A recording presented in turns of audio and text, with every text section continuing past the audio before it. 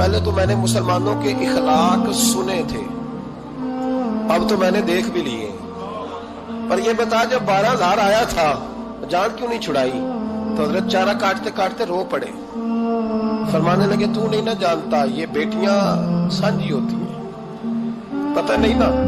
میرے رسول پاک نے تو خاتم تائی کی بیٹی کے سر پہ کپڑا رکھ کے کہا تھا بیٹیاں برابر ہوتی ہیں، تو یہ نہیں پتا جب اس کی 6 بیٹیوں کی شادی ہوئی ہے میرے اندر روحانیت کتنی بڑی ہے۔ فرمایا پھر 12,000 آیا ہے تو 2-4 بچیاں پھر گئی ہیں، یہ نہیں پتا میں اندر سے راضی کتنا ہوں، میں تیری نوکری کرتا رہوں گا، پتہ نہیں اللہ کتنی بیٹیوں کو بیاہ دے گا۔ اتنا رویا وہ عیسائی کے پیروں میں بیٹھ گیا، کہنے لگا بابا میں نے تیری مخالفت کی ہے پر تیرے قریب آ کے پتہ چلا ہے کہ تو بہت اونچے اخلاق کا مالک ہے، اور اگر تیرا یہ مقام ہے تو تجھے اخلاق سکھانے والے محمد عربی کی شان کتنی ہوگی۔ ظالم کی بولیے جاتے نہیں لوگ جھوٹے گواہ بن کے، وکیل صاحب کو نہیں پتا ہوتا کہ یہ بندہ مجرم ہے جو میرے پاس آیا، کیا مجرموں کے وکیل نہیں ہوتے؟ بولے اس کو پتہ نہیں ہوتا وکیل صاحب کو کہ یہ صاحب مجرم ہے، میرے پاس مقدمہ لے کے آئے، اور اگر بے ادبی نہ ہو جائے تو میرا خیال ہے قاضی عدالت کو بھی پتہ ہوتا ہے کہ مجرم کون ہے اور مظلوم۔ میرے نبی پاک صلی اللہ علیہ وسلم نے اس قدر زیادہ سختی فرمائی اس مسئلے میں، فرمایا جس کو پتا تھا کہ فلاں آدمی ظالم ہے، ظلم کر رہا، پھر وہ ظالم کا گواہ بنا یا اس نے ظالم کی مدد کی، کتنی کی؟ شارحین لکھتے ہیں چاہے اس نے ایک جملہ بول کے کی، چاہے ایک، سارے بولیے، چاہے ایک غریب کو اس نے ظلم کیا تو کہتے ہیں علاج یہ سے، چاہے ایک جملہ بول کے کی، شارحین اس حدیث کی شرح میں لکھتے ایک جملہ بول کے چاہے مدد کی، جس بندے نے کسی ظالم کی مدد کی کسی مقدمے میں یا کسی صورت میں، ان سے پتا تھا یہ ظالم ہے، میرے نبی پاک صلی اللہ تعالیٰ علیہ وسلم فرماتے ہیں اگر اس نے مدد کی، ابھی ظالم کی بات نہیں ہو رہی، ظالم کے مددگار کی بات ہو رہی، اگر کسی نے ظالم کی مدد کی تو حضور فرماتے ہیں خدا بھی اس سے بری ذمہ ہے، رسول بھی اس سے بری ذمہ ہے۔ سنبھال کے رکھے اپنی نمازیں، قربانیاں، حج، زکوٰۃ سنبھال کے رکھے۔ اگر ظالموں کا مددگار ہے، الیکشن آ لینے دے، آپ کو نظر آ جائے گا کون کون ظالموں کا مددگار ہے، نظر آ جائے گا، اپنی جیب سے لوگ پیسے دے کے ظالموں کی مدد کریں گے، ان کے فلیکس چھپوائیں گے، بورڈ لگوائیں گے، جیبوں سے پیسے دیں گے۔ ہم نے خود آگ لگائی ہے چمن میں اپنے، بے سبب گردشی ایام کو الزام نہ دو، ہم نے خود نور کا ظلمت سے کیا ہے سودا، کر کے توہین سحر شام کو الزام نہ دو۔ ظالموں کے مددگار میدان میں آ گئے، یہ چھوٹا لفظ نہیں، میرے حبیب پاک صلی اللہ علیہ وسلم نے فرمایا جو ظالم کا مددگار ہے سن لے جو سجن کے ساتھ کچہری جاتا ہے، وہ یاد رکھے جو دوست کا گواہ بنتا ہے، وہ یاد رکھے جو کہتے ہیں میں مانگی گیا تھا، مجھے بلایا گیا تھا قبضہ چھڑانے کے لیے کسی غریب بیوہ کی جائیداد پہ، کب وہ سن لے تو مدد کر کے نہیں آیا، تو خدا کے ذمے سے نکل گیا۔ رسول پاک نے فرمایا تیرا میرا تعلق ختم ہو گیا، تو ظالم کا مددگار ہو گیا، پھر تو کہتا میں بے چین ہوں، میں بے قرار ہوں، میں آزمائش کا شکار ہوں، پلٹ کے دیکھ تو صحیح تیرا گناہ کتنا بڑا ہے۔ میرے نبی پاک صلی اللہ علیہ وسلم کا ایک اور فرمان سننے، ابن ماجہ ابو داؤد میں موجود ہے، اس حدیث کو آپ نے یاد کر لینا ہے، کر لیں گے انشاءاللہ، سارے کہیے انشاءاللہ کر لیں گے یاد۔ حضور صلی اللہ علیہ وسلم نے فرمایا اگر تو ظالم کی مدد کرے گا نا، یہ لفظ دل کی تختی پہ لکھ لینا، یہ مکافات عمل ہے، مکافات عمل دنیا، ادھر کرو گے تو ادھر بھرو گے۔ فرمایا اگر تو کسی ظالم کی مدد کرے گا، سن لے حضور کا فرمان ہے، اگر تو ابن ماجہ ابو داؤد سیاہ میں موجود ہے، فرمایا اگر تو کسی ظالم کی مدد کرے گا تو رب تعالیٰ مرنے سے پہلے تیرے اوپر بھی ظالم کو مسلط کر دے گا، تیرے اوپر بھی ایک دفعہ ظلم ضرور ہوگا اگر تو ظالم کی، وہ کسی صورت میں بھی ہو سکتا ہے، کسی صورت میں بھی تیرا بیٹا ہی اٹھ کے ظلم کر دے گا، تو الجھ جائے گا،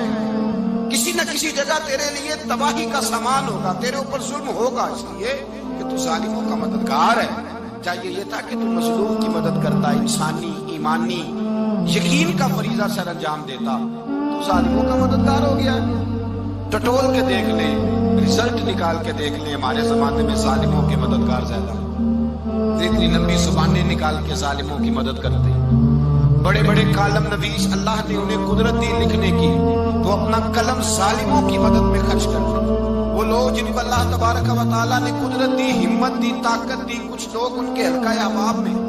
وہ اپنے لوگوں کو استعمال کر کے ظالموں کی مدد کرتے ہیں، ظالموں کی مدد کرتے ہیں۔ میرے نبی کریم سید عالم نور مجسم صلی اللہ علیہ وسلم نے فرمایا، اگر تو نے ظالم کی مدد کی تو جب تک تو توبہ نہیں کرے گا رب تجھ سے ناراض ہی رہے گا۔ اللہ تجھ سے، او بھائی جس سے رب بھی ناراض ہو گیا، نہ کھانا نہ پینا نہ سونا نہ جاگنا نہ نیند، پھر تیری ہر چیز تیرے لیے آزمائش ہو جائے، پھر تیرا سایہ بھی تیرے لیے خوف کا سامان بنے گا، پھر زندگی جیتی جاگتی لاش بن جائے گی، تو اپنے کندھوں پر اپنی میت اٹھائے پھرے گا جب تو ظالم کا مددگار ہوگا۔ اور نبی پاک صلی اللہ علیہ وسلم نے فرمایا، ظالموں کا مددگار بھی ظالم ہوتا ہے، ظالموں کا مددگار بھی، سارے بولے ظالموں کا مددگار بھی، نہیں کو نہیں، آپ سارے نہیں بولے، ایک دفعہ بولے ظالموں کا مددگار بھی، پکی بات ہے، ظالموں کا مددگار بھی۔ اللہ اکبر، جس کا یارانہ ہو، جس کا دوستانہ ہو، جو کہے میں نے نا اس کو اوکھے ویلے کے لیے ظالم کو یاد رکھا ہوا ہے۔ کبھی مشکل پر رکھے نہیں ہوئے لوگوں نے ظالم دوست، کہتے میں نے رکھے ہوئے ہیں، بلکہ ہمارے دیہات میں تو کہتے میں نے بازو بنائے ہوئے۔ کس کو بازو بنا لیا؟ ظالم بھی کبھی بازو ہوتا ہے، جو ظلم کی تلوار لیے میدان میں کھڑا ہے۔ قارون، حامان، فرعون، نمرود کا حال نہیں لوگوں نے دیکھا؟ اپنے زمانے میں آپ نے کتنے لوگ نہیں دیکھے جن کے سائے سے، آواز سے لوگ کانپتے تھے؟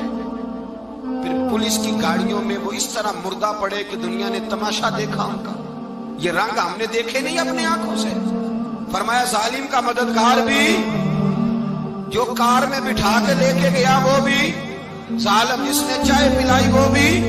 جس شخص نے کھانا کھلایا وہ بھی، جو کچہری تک ساتھ گیا وہ بھی، جس نے فلیکس کے نیچے، بڑے شرابی کے نیچے چھوٹی اپنی فوٹو لگائی وہ بھی، جو ووٹ کی پرچی ڈالنے گیا وہ بھی۔ کہہ دینا باہر نکل کے کہ حضرت صاحب نے سیاسی تقریر کی ہے، کہہ دینا، پر بات تو سچی ہے نا۔ خو کرے ہم تو سے تھوڑا سا گلا بھی سن لے، خو کرے ہم تو سے تھوڑا سا بھی گلا۔ امام مالک کے پاس ایک بندہ آیا، اس نے کہا حضور میں درزی ہوں،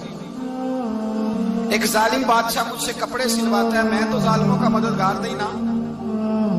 ایک ظالم بادشاہ مجھ سے، حضور میں تو مددگار نہیں نا ظالموں کا۔ جو فرمایا ظالموں کا مددگار بھی ظالم ہوتا ہے، تو کپڑے لے کے آتا ہے میں سی کے دے دیتا ہوں، ذمہ داری نہیں سمجھے۔ ایک آدمی دکاندار ہے، اس سے کوئی بندہ چیز خریدنے آئے گا تو تھوڑی کہے گا میں نے نہیں دینی، تو دے گا۔ کوئی بندہ اگر کسی شخص سے کوئی کام کہتا ہے جو اس کی فیلڈ ہے، اس کا شعبہ ہے، اس کا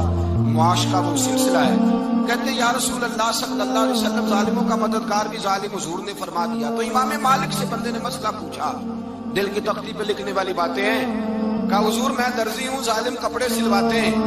میں تو مددگار نہیں نا۔ امام صاحب کہنے لگے نہیں، مددگار تو وہ ہوگا جو تجھے سوئی دھاگا فراہم کرے گا، تو پورے کپڑے سی کے دیتا ہے، تو خود بہت بڑا ظالم ہے، تو پورے سوٹ سی کے دیتا ہے، تو بہت بڑا ظالم خود ہے۔ مددگار تو وہ ہوگا جو تجھے دھاگا دے گا، جو تجھے بٹن دے گا، جو تجھے نلکی دے گا،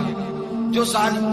سے اتنی نفرت ظلم کر کے بنتا ہے۔ یہاں تو ہمارے زمانے میں ہیرو بن جاتے ہیں لوگ، ظالم ہیرو ہے، لوگ اس سے ڈرتے پھرتے ہیں، گھومتے پھرتے ہیں، اور بہت سارے کم مزاج لوگ اس کے پیچھے ہاتھ باندھ کے پھرتے ہیں۔ ظالموں کی مدد کرنا، ظالموں کے ساتھ رہنا، یہ ظلم ہے، ظلم، یہ زیادتی ہے۔ میرے نبی پاک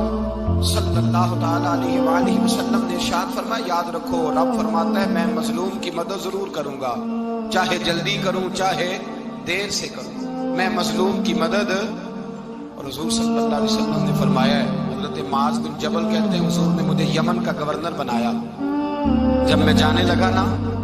تو حضور نے بڑی نصیحتیں کی، بخاری میں موجود ہے، فرماتے ہیں جب میں پلٹنے لگا تو میرے رسول نے فرمایا بعد ایک منٹ ٹھہر جائے، ایک بات میری یاد رکھنا، اس کو نہ بھولنا۔ کہا حضور کیا؟